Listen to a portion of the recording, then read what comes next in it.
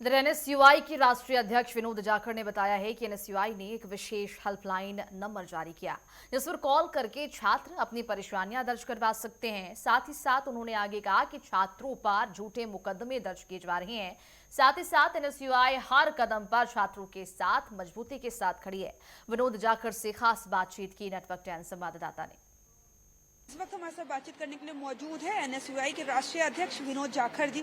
Sir, आपने आज ये मिस्ड कॉल देने के लिए नंबर जारी किया है, स्कैनर जारी किया है, क्या कुछ कहना चाहेंगे? देखिए, पूरे देश के अंदर आज विद्यार्थियों को चुन चुन कर ढूंढा जा रहा है। जिन्होंने भी सरकार के खिलाफ आवाज उठाई है, उनके ऊपर एफआईआर की जा रही है, उनके परिवार को टॉर्चर किया जा रहा है, उनको ढूंढा जा रहा है और इलेक्ट्रॉनिक शॉट्स तक जो है ये सरकार दे रही है। जिस तरीके से गन फायर हुआ, उसकी आवाज हम लोग उठा रहे हैं।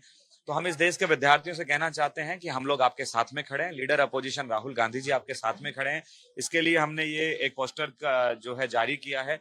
देश के किसी भी कोने में अगर किसी विद्यार्थियों को लीगल की आवश्यकता है, उसको पुलिस परेशान कर रही है, भाजपा आरएसएस के लोग परेशान कर रहे हैं, सरकार परेशान कर रही है, उनके पास जो है वकील नहीं है, तो सब कुछ जो है हम लोग प्रोवाइड कराएंगे, उनकी मदद करने की कोशिश करेंगे। गृह मंत्री अमित शाह के इस्तीफे की मांग भी आपने करी है और सदन में भी विपक्ष लगातार मांग कर रहा है कि आके जो अमित शाह जवाब दे कि उनके कहने पर गोलियां चली या फिर लाठीचार्ज हुआ। क्या? बिल्कुल, देखिए, AK-47 का निहत्थे छात्रों पे चलना कोई आम बात नहीं है। ये इस देश के विद्यार्थियों के लिए बड़ा प्रश्न चिन्ह है कि सरकार आपके साथ ऐसा बर्बरतापूर्ण व्यवहार कर रही है। जंतर मंतर दिल्ली पे जिस तरीके से पायलट गन का उपयोग किया गया, वो पूरी तरीके से बैन है इस देश में। आप देश की सरहद पे उन वेपन्स का यूज कर सकते हैं, लेकिन आपने देश के विद्यार्थियों पे उन वेपन्स का यूज किया है।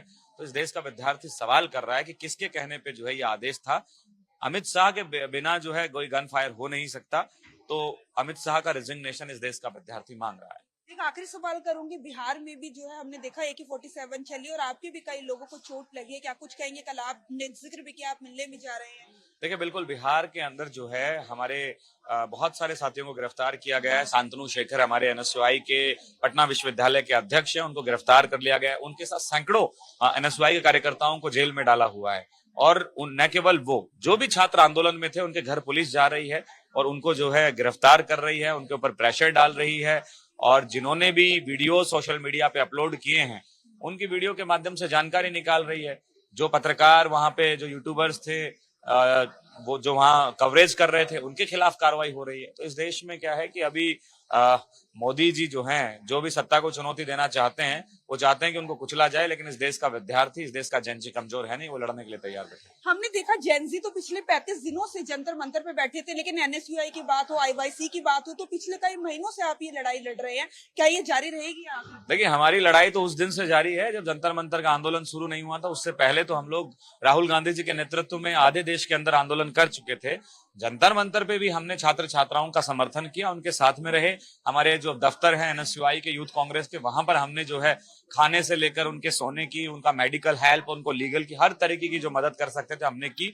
हम चाहते थे कि हम लोग नीट की ईंट बन के काम करना चाहते थे। हम लोग चाहते थे कि इस देश में सरकार के खिलाफ मजबूती से आवाज उठे और जो इस एजुकेशन सिस्टम को खत्म कर दिया गया है, ध्वस्त कर दिया गया है, उस देश का विद्यार्थी जो है मजबूती से लड़े। बहुत बहुत धन्यवाद हमसे बातचीत करने के लिए। तो ये थे विनोद जाखड़, एनएसयूआई अध्यक्ष। इनका साफ तौर पे कहना है कि न केवल पहले बल्कि अब आगे वाले समय में भी हम अमित शाह के रेजिग्नेशन की मांग कर रहे हैं और ये जो विरोध प्रदर्शन है ये अब रुकने वाला नहीं है। कैमरा पर्सन गौरव के साथ मैं कंचन, नेटवर्क 10 न्यूज।